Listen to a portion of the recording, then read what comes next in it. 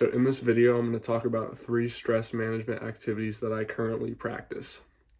These are the 3 stress management activities that I talk about in my paper, and I believe that these 3 things can help reduce your stress by a tremendous amount.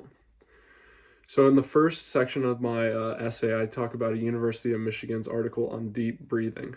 Deep breathing is something that I currently practice. I usually try to do it right before I go to sleep or in the morning.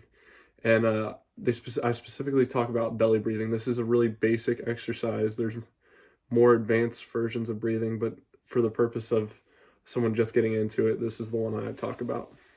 So I'm also going to demonstrate how to do belly breathing. So normally you would do this laying on your back, but for this purpose, I'm going to be standing. You're going to put one hand on your chest and one hand on your stomach.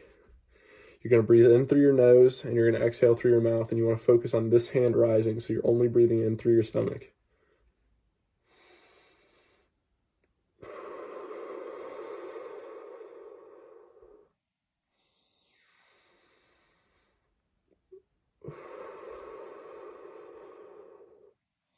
So this is a very basic breathing exercise, as I said. I actually do a little bit more advanced, but I started out with belly breathing. So the exercise that I do is something that I also do in the weight room and when I'm working out.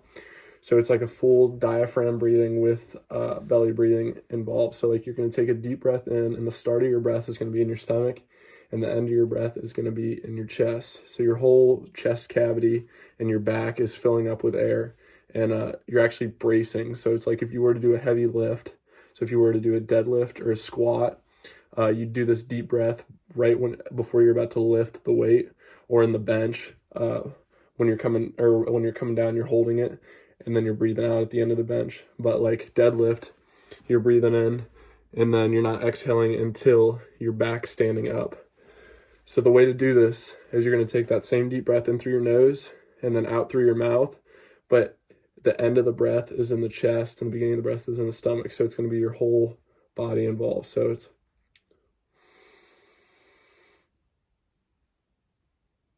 and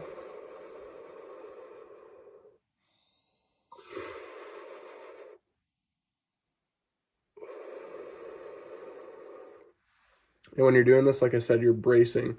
So this is a really good way to keep your core strong. And this is also, like I said, a more advanced breathing exercise, but it also is a heavy breathing exercise that can reduce stress. The second stress management activity that I want to talk about is nutrition. Eating certain foods is very important for your diet, and there's certain vitamins and nutrients in different foods that help you produce certain hormones that can reduce stress and anxiety. This is something that I currently practice. I try to eat a very healthy, I have a really healthy meal plan that I follow. So like in the morning, I'll discuss my diet on a certain day just to show you how I eat healthy, and it helps me reduce stress. So in the morning, I usually start out with some oatmeal, some fruits, and a protein source such as turkey sausage or eggs. And then for a snack, I'll usually have an apple or granola bar. And then for lunch, I'll have brown rice, chicken, and vegetables. And then I'll have another snack, usually another piece of fruit, so a banana, or and then with a granola bar or another source of carbs, or a source of fat such as like almonds or walnuts or cashews.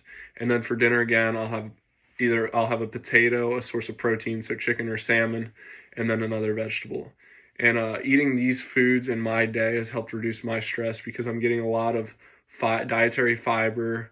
I'm getting good source of vitamins and nutrients, and then I'm also eating the proper amount of carbs, proteins, and fats in a day. And these things overall have helped me reduce stress.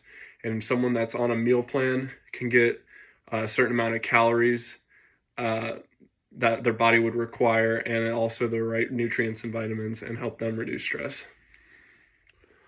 So the last stress management task that I would like to talk about is time management.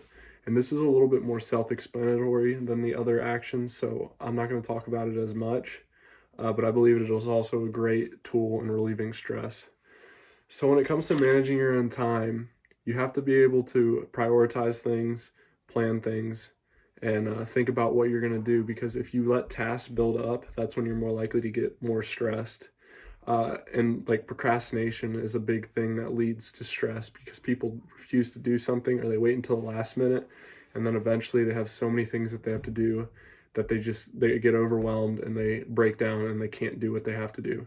So in order to become better at time managing, I have 4 basic principles that you should follow. So the first one is better planning, then better prioritizing, then delegating tasks to others, and then controlling your environment. So when it comes to better planning, you have to think about what you're going to do. You're going to think about when you're going to do certain things. You're going to plan out your day.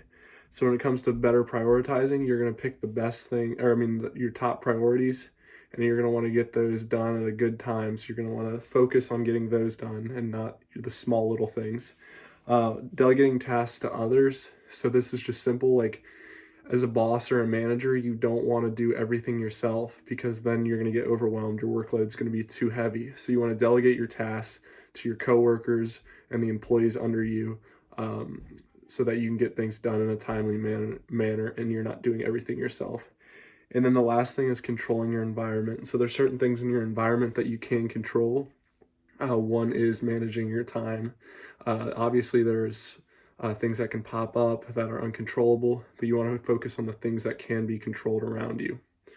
This is the last of my 3 stress management activities, and I believe that anyone that follows these 3 principles, so nutrition, deep breathing, and time management, can greatly reduce their stress.